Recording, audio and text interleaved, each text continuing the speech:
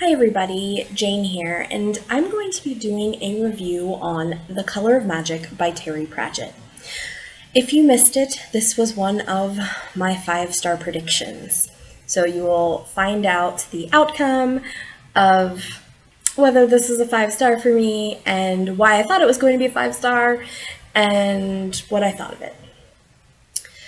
So this book takes place in a fantasy world called Discworld. And Discworld is kind of an unusual place. There's this turtle that is flying through space. On the turtle's back are some elephants, and on the back of the elephants is a disc that is a world where these people live. We have two main characters we're following in this book. The first is Rincewind, the Sword of Wizard. He's not quite a wizard because he didn't really finish wizarding school, but he has memorized a very powerful, dangerous spell, and it's limited his magic because of the way that wizarding magic works in this world. The other person we meet and are following is a man named Twoflower.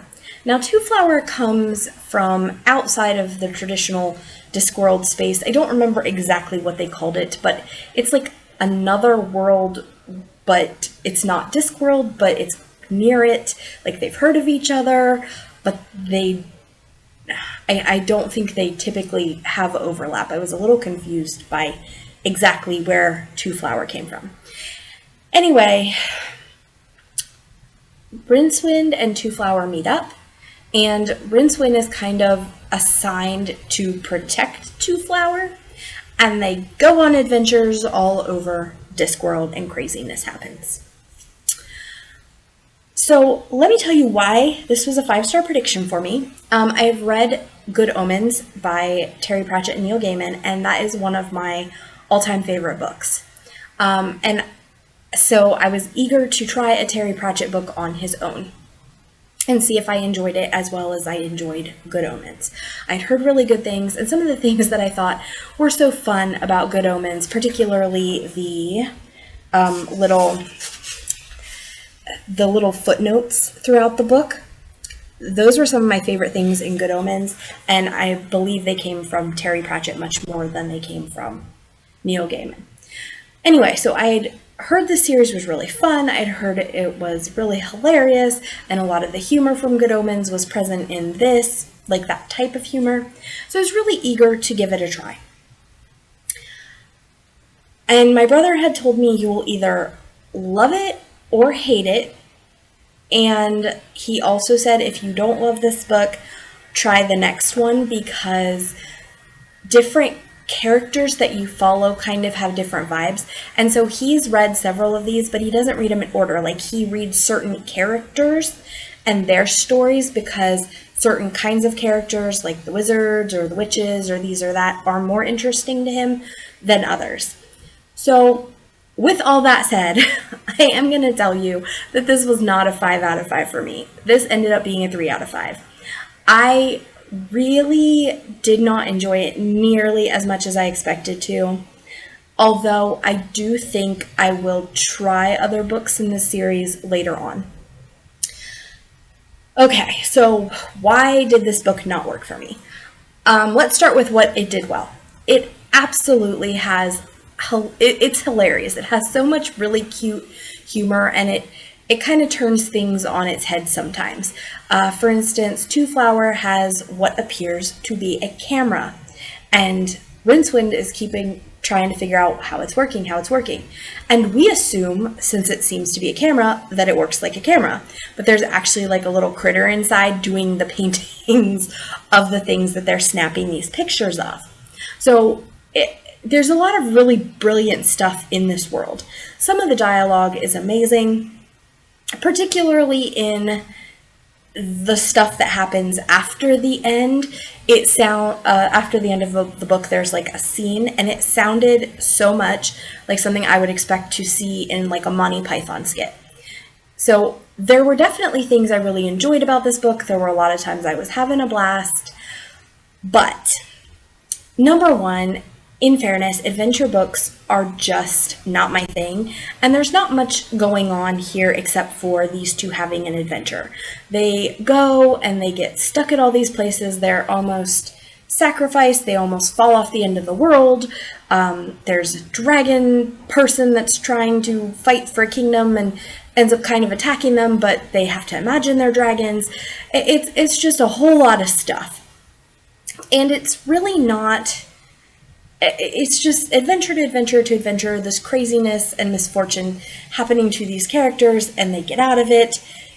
And while it's cute and funny sometimes, it wasn't something that really drew me in. And again, I think that is just the adventure-ish genre itself. Not so much my thing. Also, my brother did say that this book is kind of a setup book, and I felt that very much. Like, a lot of the times I was like, what is the point? Why are we doing this? What are we doing?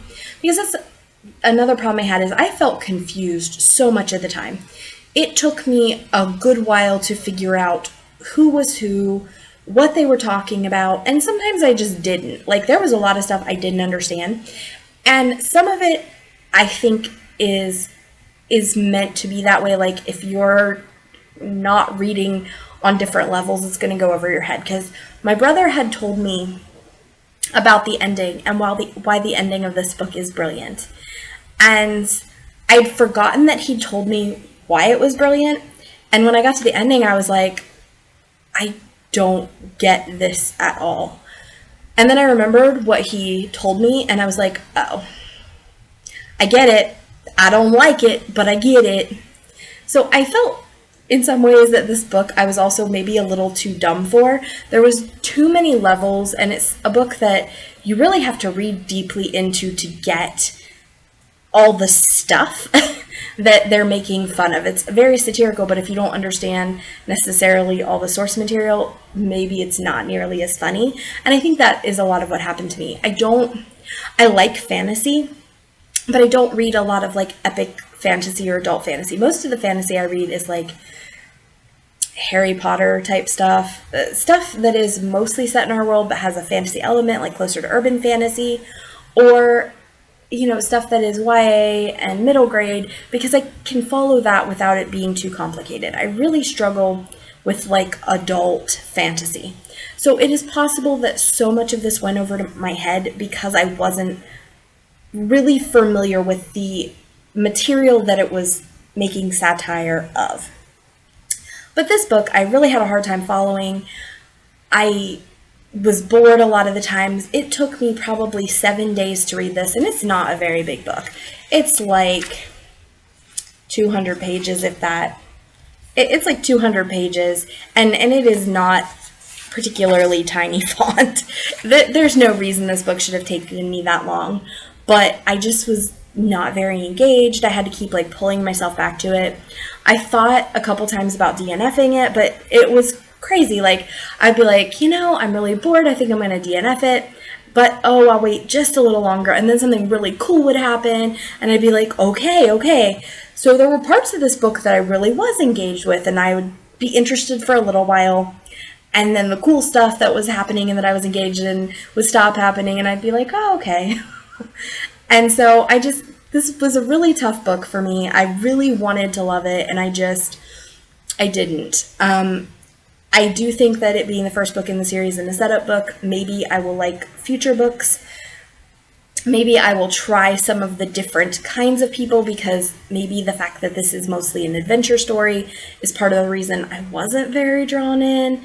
The characters were fine, but nobody I could get really attached to. Like, I didn't have much opinion or feelings for the characters, and as a matter of fact, I had to write down their names. I had to go look up their names because I could not remember. Like, even as I was reading it, like, if they said their name, I was like, oh yeah, okay, the wizard dude, or the traveler dude. But that was like how I thought of them in my head. I didn't think of them by their names.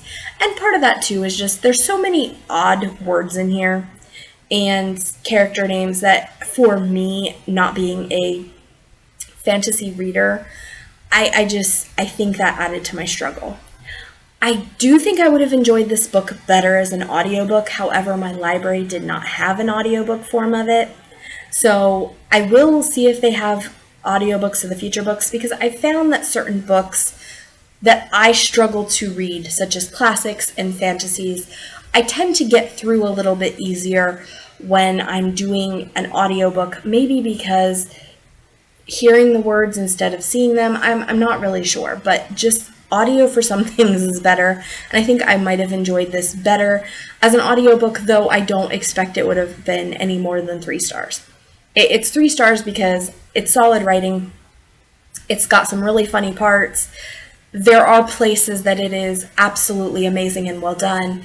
It just, for me, was too complicated and wasn't what I was looking for. It wasn't what I was hoping for. Alright guys, have you read The Color of Magic? If so, did you have similar feelings or very, very different feelings? If this one wasn't my favorite, is there another book in the series that might work better for me, that I might find more engaging, that is maybe a little more character-centered and less adventure-centered? Maybe you guys can recommend. My social media is below if anybody would like to connect with me outside of YouTube. Also, I always mention at the end of my videos that I am an author, so if you enjoy romance and would like to check me out, my books are available wherever books are sold. You can read for free if you are a member of Kindle Unlimited. I have a few books in Kindle Unlimited. I have several books in Audible, both regular Audible and then the romance package. I also have books in Overdrive. So if your library subscribes to Overdrive, you can usually find my books there. If your library hasn't purchased them, you can always ask them to purchase. So always to find me and my books and to enjoy them at no cost or obligation to you. Although, of course, I hope you will enjoy them and pick them up later. All right, guys, this has been Jane. I will see you guys next time. Bye.